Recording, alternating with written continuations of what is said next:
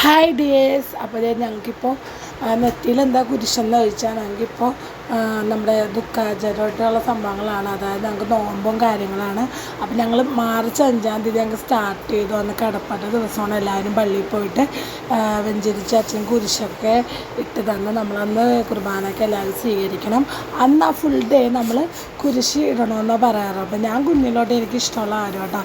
കാര്യം ഇട്ടേനെ അച്ഛൻ്റെ ചിലപ്പോൾ മാഞ്ഞു പോയാലും പൊടി നമുക്ക് തന്നു വിടും. ഈ കുരുത്തോല കത്തിച്ചിട്ടാണ് ആ ചാരം വെക്കുന്നത്. മനുഷ്യൻ ഈ മണ്ണാവുന്ന മണ്ണിലേക്ക് മടങ്ങുന്ന എന്നൊരു ആചാരത്തിൻ്റെ പുറമെയാണ്. അപ്പോൾ ആ പൊടി ഞാൻ വാങ്ങിക്കൊണ്ട് വരും. അപ്പോൾ ഞാനും എവിടെ പോയാലും ഇപ്പോഴും ഞാനത് കണ്ടിന്യൂ ചെയ്യുന്നുണ്ട്. അപ്പോൾ ഞാനും കൊച്ചിന് ഇട്ട് കൊടുക്കുന്നുണ്ട്. അപ്പോൾ ഞങ്ങൾക്ക് വൈകിട്ട് കുരിശിൻ്റെ ഉണ്ട് അന്ന്.